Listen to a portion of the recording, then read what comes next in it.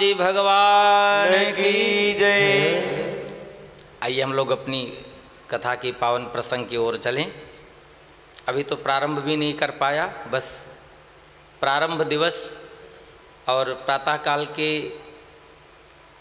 समय में हम आप कभी कभी अपने जीवन में कुछ मन को भी रंजन मिल जाए और कुछ लोक रीति का निर्वाह हो जाए, उस ओर भी चल पड़ते हैं। और माँ सरजू जी का पूजन करने का उद्देश्य एकता में बल है, इसलिए इतने सारे लोग मिलकर चलें और इस पावन तीर्थ की महारानी मैया सरजू, उनकी भी पूजा हो जाए। तो उनकी पूजा करने के लिए हम आप गए, पूजा करके और उनकी कृपा कलश में भर के लाए और उस कलश में भरा हुआ अमृत 9 दिन तक बैठकर हम आप पान करें। इसलिए सभी लोग थक भी गए, कथा भी थोड़ा लेट विलम्ब से शुरू हुआ, तो थोड़ा सा प्रारंभ भी नहीं किया हूँ। थोड़ी सी कथा और कह के मर्यादा के अनुसार वाणी को विराम दूंगा, आशीर्वाद भी मिलेगा। पूज्य महाराज जी पधारे हैं। गोस्वामी जी ने अपनी पावन कथा को जो लिखा है, प्रारंभ में जो नाम दिया है वो 7 कांड का नाम दिया है। बाल कांड, अयोध्या कांड, अरण्य कांड, किष्किंधा कांड, सुंदर कांड, लंका कांड और उत्तर कांड। लेकिन एक बात ध्यान रखना, जब कांड का समापन हुआ है तो गोस्वामी जी ने कांड नहीं कहा है, तो उसे सोपान कहा है। सोपान का अर्थ होता है सीढ़ी। भगवान को पाने के लिए, भगवान तक पहुंचने के लिए यह जीव के लिए 7 सीढ़ियां हैं और इन 7 सीढ़ियों को क्रम से यदि जीवन में उतार लिया जाए या जीवन को सीढ़ियों पर उतार दिया जाए तो ईश्वर की, राम की, मेरे भगवान की प्राप्ति है, अपने इष्ट और आराध्य की प्राप्ति है।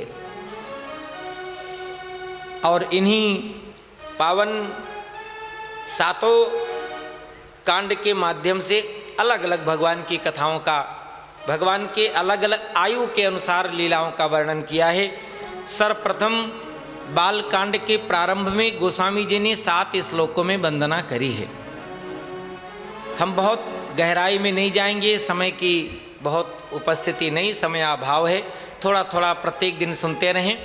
7 श्लोकों में वंदना करी है, मर्यादा का निर्वाह किया है। भगवान गणपति, भगवती माँ सरस्वती और संसार को ये बात बताई है, बिना शिव और माँ पार्वती के, बिना श्रद्धा और बिना विश्वास के कुछ जीवन में हो नहीं सकता है। श्रद्धा के रूप में माँ पार्वती, विश्वास के रूप में भगवान शिव हमारे आपके जीवन में हों, तभी हमारे आपके जीवन में राम कथा का आगमन हो सकता है।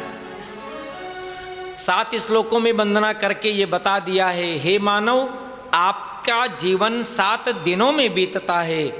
7 दिनों में कोई दिन खाली न जाए कि ये 7 कांड के अंतर्गत मेरे राम जी का चरित्र आपके जीवन में ना आए।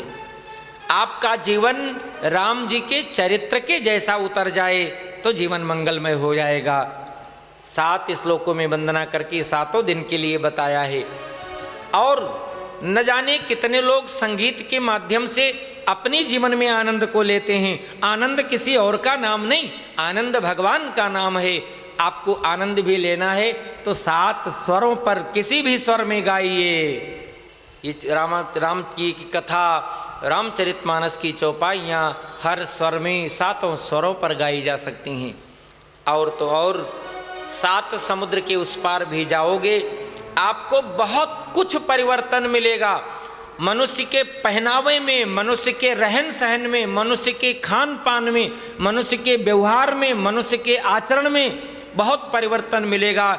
लेकिन मेरे भगवान के 2 अक्षर का नाम राम में कोई परिवर्तन नहीं मिलेगा। कहीं भी चले जाओ ये तो एक जैसा होगा। वंदना किया है। सनातन धर्म के माध्यम से हम आप 5 देव की उपासना करें। गणपति भगवान, सूर्य भगवान, भगवान विष्णु, भगवान शिव, भगवती आद्य शक्ति, और इन्हीं 5 की उपासना 5 सोरठाओं के माध्यम से कर दिया है। इन 5 की वंदना कर ली है। सदगुरु भगवान की वंदना करी है, संत समाज की वंदना करी है। संत समाज की वंदना करते करते गोस्वामी जी को तीर्थराज प्रयाग याद आया है। मुद मंगल में संत समाजू और जो जग जंगम तीर्थ राजू। संत कैसे हैं? बोले चलता फिरता तीर्थराज प्रयाग है। एक प्रयाग वो है जहां आपको चल कर जाना है, लेकिन संत समाज चलता फिरता तीर्थराज प्रयाग है। तीर्थराज प्रयाग में जाओगे, 4 पुरुषार्थ धर्म अर्थ काम और मोक्ष मिलेगा। धर्म अर्थ काम जीवित अवस्था में और मोक्ष मरने के बाद मिलेगा। लेकिन ध्यान रखना, मरने के बाद मोक्ष मिले न मिले, हम पहले ही उसे स्वर्गवासी मोक्षवासी कहने लगते हैं। किसने देखा है? लेकिन संत समाज में जाने के बाद गारंटी है। जीवित अवस्था में सुनी समुझहि जन मुदित मन, मज्जहि अति अनुराग, लहहि 4 फल अछत तनु साधु समाज प्रयाग। यदि आपको जीवित अवस्था में 4 पुरुषार्थ चाहिए, धर्म अर्थ काम और मुक्ति भी जीवित अवस्था में चाहिए, तो संत गुरुदेव के शरण में आइए और वो आपको प्राप्त हो जाएगा। गोस्वामी जी ने इन सब की भी वंदना की है, किसी को नहीं छोड़ा है। संसार में अच्छे लोगों की वंदना की तो बुरे लोगों की भी वंदना कर दी है। क्यों? उनसे भी कभी कभी बहुत अच्छी बातें मिलती हैं। सबकी वंदना की है। महाराज जनक जी की वंदना की है, महाराज चक्रवर्ती सम्राट दशरथ जी की वंदना की है। और महाराज दशरथ जी की वंदना करते करते गोस्वामी जी को तब दुनिया को बताने के लिए याद आया कि भगवान से प्रेम करना, लेकिन सत्य प्रेम करना, दिखावे के लिए प्रेम नहीं करना। क्यों? एक न एक दिन ऐसा आएगा जो संसार के सामने होगा। महाराज दशरथ जी प्रेम करते थे राम जी से, करते रहे, कितना प्रेम करते रहे, कितना प्रेम करते रहे। बोले अब आपके पास कोई थर्मामीटर है तो नाप लीजिए, कितना प्रेम करते रहे। बिछुरत दीन दयाल प्रियतन तृण इव परिहरेऊ, अपने इस प्रिय शरीर को तिनके के समान छोड़ दिया। बंदहु अवध भुआल सत्य प्रेम जहि राम पद। हमारे आपके जीवन में भी प्रेम हो भगवान के चरणों में, लेकिन सत्य प्रेम हो। वो प्रेम नहीं, हम भगवान के चरणों में प्रेम करें संसार को पाने के लिए, और संसार मिल जाए तो भगवान अच्छे हैं, और संसार न मिला तो भगवान अच्छे नहीं। ऐसा नहीं। सबकी वंदना की है। माता कौशल्या की वंदना कर ली है, सबकी वंदना तो करी है। लेकिन आपसे निवेदन करूं, कुछ पात्र और कुछ ऐसी शक्तियां रामचरितमानस में हैं जिनकी वंदना गोस्वामी जी ने नहीं करी है, जिनकी चर्चा ही बहुत कम करी है। शायद किसी महापुरुष ने पूछा होगा, उसके जीवन की वेदना रही होगी, उसके जीवन में दुख रहा होगा। आप सबकी वंदना करते हैं? बोले हाँ। बोले महाराज राम जी की सेवा में लगे हुए भैया लक्ष्मण और उन लक्ष्मण की पत्नी माता उर्मिला की वंदना कर लो। राम जी की सेवा में लगे हुए भैया भरत, और जिन भरत जी ने संपूर्ण अयोध्या की संपत्ति को तिनके के समान त्याग कर राम जी की संपत्ति मानकर सेवा करते रहे, ऐसे भरत जी की पत्नी माता मांडवी की वंदना कर लो। गोस्वामी जी ने शायद उस ओर जाने के लिए अच्छा नहीं माना है। कभी कभी विचार आता है महापुरुषों की ओर से। गोस्वामी जी ने कहा है, मैं क्यों अपनी वाणी को इतनी गहराई में उतार दूं जहां जाने के बाद डूब जाऊं, और डूबने के बाद तुम्हें कुछ बता ना पाऊं। आपसे कोई पूछे, आप मुझे बता सकते हैं सरजू गंगा जी में कितनी गहराई है? आप मुझे बता सकते हैं मां सरजू गंगा जी का जल कितना शीतल है? आप कहोगे हाँ, लेकिन ये दोनों बातें प्रत्यक्ष अनुभूति की है। कितनी गहराई है, आप कूद जाइए, उठा दीजिए हाथ और बता दीजिए कितना गहरा है, और कूदने के बाद कितनी शीतलता है आपके शरीर बता देगा। लेकिन यदि आप उसमें छलांग नहीं लगाते, आप नहीं बता सकते सरजू गंगा कितनी गहरी हैं, आप नहीं बता सकते कितनी शीतल हैं। मैं चाहता हूं, गोस्वामी जी ने कहा है, मैं चाहता हूं संसार को बता दूं माता मांडवी और मैया उर्मिला, इन दोनों की जीवन की शक्तियां कितनी कार्य करती हैं, लेकिन मैं नहीं छलांग लगा सकता। ये छलांग लगा दूं, मेरे पांव नीचे लगेंगे नहीं, मेरा हाथ ऊपर दिखाई देगा नहीं, आपको पता कैसे चलेगा कितनी गहराई है? इसलिए मैं छलांग नहीं लगाता, इसलिए मैं वंदना नहीं करता, इसलिए मैं कुछ उनके लिए लिखता भी नहीं। और सत्य बात तो यह है, ऐसी माता उर्मिला की जीवन की चरित्र कहीं कहीं महापुरुषों ने अलग अलग प्रकार से किया है। एक घटना स्मरण करा दूं, एक कथा स्मरण करा दूं। लंका के समरांगण में युद्ध हो रहा था और उस युद्ध में भैया लक्ष्मण को शक्ति लगी है। हनुमान जी महाराज संजीवनी लेने के लिए रात्रि में ही चले जाते हैं। संजीवनी बूटी को पहचाना नहीं, द्रोणागिरी पर्वत को हनुमान जी ने ले लिया है। लौटकर लंका की ओर प्रस्थान करते हैं और जब लंका की ओर जाने लगे, हनुमान जी के मन में आया, कालनेमी ने थोड़ा समय बर्बाद कर दिया, अन्यथा अयोध्या जी से कुछ संदेश लेता चलता और अयोध्या के ऊपर आए तो कोई संदेश मिल जाए। मन में विचार किया। जब तक कथा कहती है, नंदीग्राम में जमीन के नीचे बैठे हुए भैया भरत को मालूम चल गया कोई पर्वत अयोध्या के ऊपर। कर दिया संधान, पर्वत तो ऊपर रुका है। श्री हनुमान जी महाराज राम राम कहते हुए नीचे चले आए। भैया भरत ने सुना है, अरे अरे मेरे बाणों से आहत होने वाला मेरे राम जी का नाम ले, दुहाई दी है, मन वचन कर्म से राम की सेवा करता हूं, तो मेरे बाण से इनका कोई बुरा ना हो, स्वास्थ्य लाभ हो, स्वस्थ हो जाएं। हनुमान जी महाराज उठकर बैठे, दोनों में वार्तालाप हुआ है। हनुमान जी ने पूरी बात बताई है,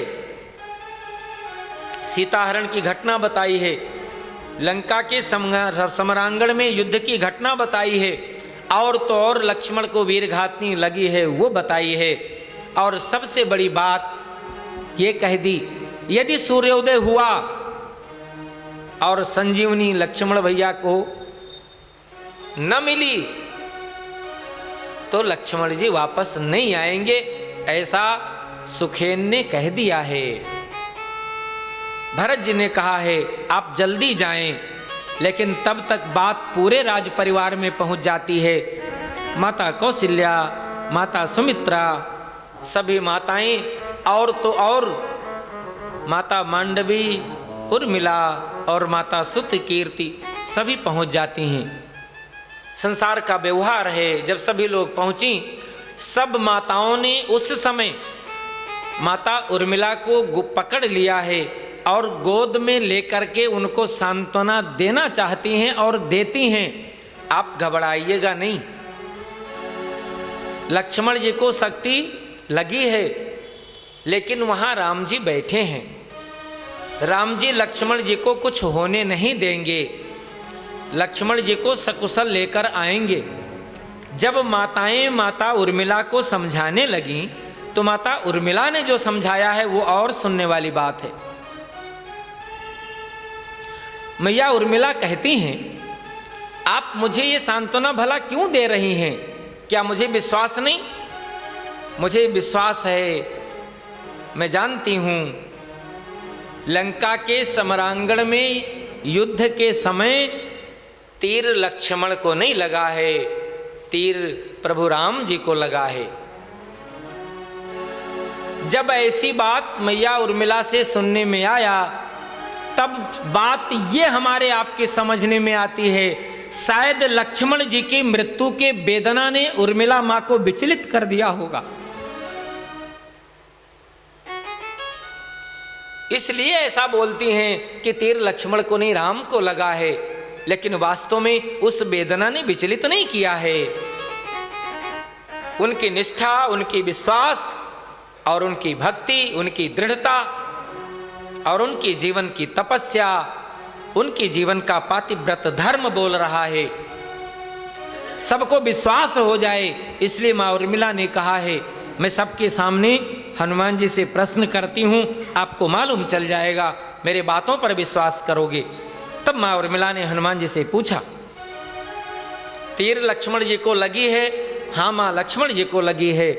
और किसी दूसरे की बात देखी हुई नहीं कहता हूं, मैं खुद ही लक्ष्मण जी को सम्रांगण से उठाकर लाया हूं।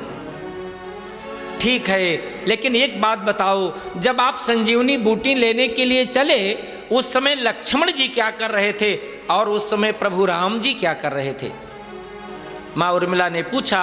हनुमान जी ने कहा है, जब मैं संजीवनी बूटी लेने के लिए चला हूं तो लक्ष्मण जी राम जी की गोदी में सिर रख के सो रहे थे। अच्छा, राम जी क्या कर रहे थे? उस समय राम जी रो रहे थे। माँ उर्मिला माता कौशल्या माँ सुमित्रा से कहती हैं, संसार में एक बात बताओ, संसार की व्यवस्था बताओ, रोता कौन है और सोता कौन है? जिसको तीर लग जाए, जिसको चोट लग जाए, वो आराम से सोएगा क्या? वो तो रोएगा, और जो कार्य करके थक जाएगा वो सोएगा। निरंतर 14 वर्षों तक ना सोने वाला लक्ष्मण राम की गोद में सिर रख के निर्भय होकर सो रहा है।